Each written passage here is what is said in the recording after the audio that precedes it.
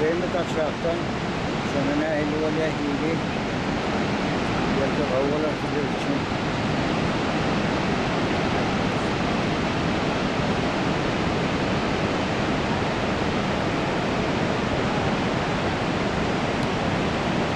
Amerika tarafı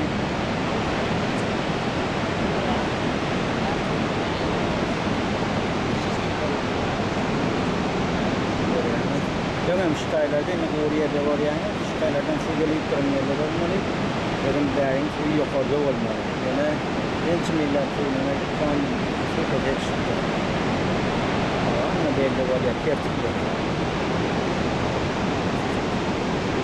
Bizim ama havayı ne soğuk ne ısı. Turistler hem gelip, adamlar hem gelip.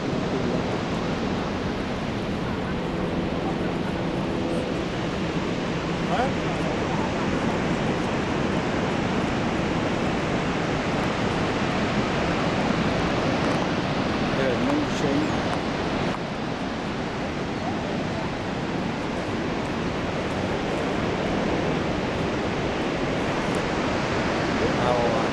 Tine size kardığım için hem yanıdan can sağlık,